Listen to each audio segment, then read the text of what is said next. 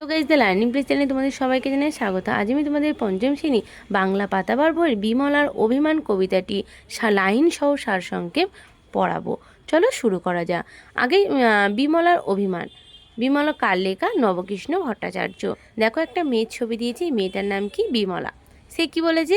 খাবো না কো আমি। তার অভিমানের কথা কবি নবকৃষ্ণ ভট্টাচার্য এই কবিতায় ফুটিয়ে তুলে। এই কবিতায় তিনজনের কথা বলা হয়েছে। একটা হচ্ছে অবনীর, অবনী হচ্ছে ছোট ভাই, আর দাদার নাম দেয়নি, দাদা, আর হচ্ছে বিমলা। তাহলে তারা তিন ভাই বোন। বিমলার অভিমানটা এখানে তুলে তুলে ধরেছে। কি বলেছে? বলছে খাবো না কো আমি। বিমলা বলছে খাবো না। কেন খাবে না? না, দাদাকে এতটা ক্ষীর, বলছে দাদাকে তুমি এত বেশি ক্ষীর দিয়েছো, অতখানি অবনীর, আর দাদাকে একটু বেশি ক্ষীর দিয়েছে, তারপর দিয়েছে তার ভাইকে, আর আমার বেলায় বুঝি ক্ষীর মাত্র নামি। বলছে আর আমার বেলা একদম অল্প ক্ষীর, খাবো না তো আমি।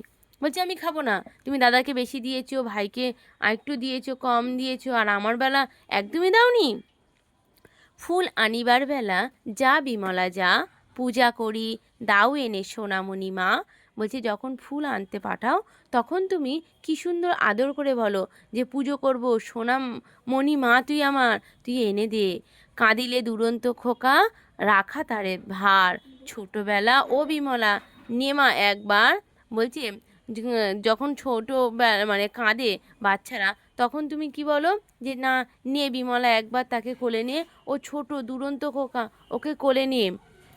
ছাগলেটে নোটে গাছ খেয়ে যে মোড়ায় মুড়িয়ে জামা একবার গিয়ে দে তো মা তাড়িয়ে। বলছে ছাগলটা নোটে গাছটা খেয়ে নিচ্ছে, যা বিমলা তুই একবার তাকে তাড়িয়ে দে। দাদা বসিয়াছে খেতে, দাও তো মা নুন, পানটা যে বড় ঝাল, দে মা এনে চুন। বলছে দাদা খেতে বসিয়েছে, দেখ নুন লাগবে, একটু এনে দে তো বিমলা, পানটা বড় ঝাল হয়েছে, দে বিমলা একটু চুন এনে দে। তাহলে কবি কবি বলছে, বিমলা বলছে যে সব কাজের সময় তুমি আমাকে বলো, আর খাওয়ার সময় তুমি আমাকে কম দাও। যার যত ফরমাস সব তুমি করো, তাতে তুমি বিমলাটি বাঁচো আর মরো। বলছি সবার ফরমাস তুমি আমার দিয়ে করাও, তাতে আমি যদি বাঁচি বা মরি তাতে তোমার কিচ্ছু আসে না, সবার কাজ আমি করি। খাবারটি আসে যেই তা আর তারে মনে নেই, তার বেলা রাধু মাধু রামি বামি শ্যামি, খাবো না তো আমি।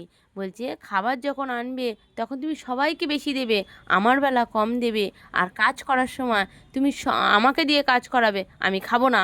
সে খুব রাগ করেছে। দাদা বড় বেশি বেশি খাবে, দাদা দাদা তাই।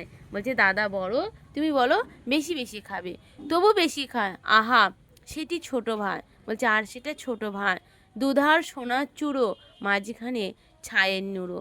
বলছে দুটো ছেলে তোমার সোনার চূড় আর মাঝখানে ছায়ের নুড়ো, আমি শুধু কাজ করেই যাব, আমি খাবো না। তাই বুঝি বিমলা কমে গেছে দাম, খাবো না তো আমি।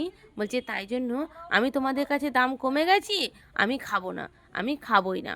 কবি এই কবিতার মধ্যে একটি মেয়ের তার অভিমান এই গল্পে ফুটিয়ে তুলেছে। এই কবিতা কেমন হয়েছে তোমরা কমেন্টে জানাবে। আজকে তোমাদের এই পর্যন্ত। যদি তোমাদের ভালো লাগে একটা সাবস্ক্রাইব, লাইক।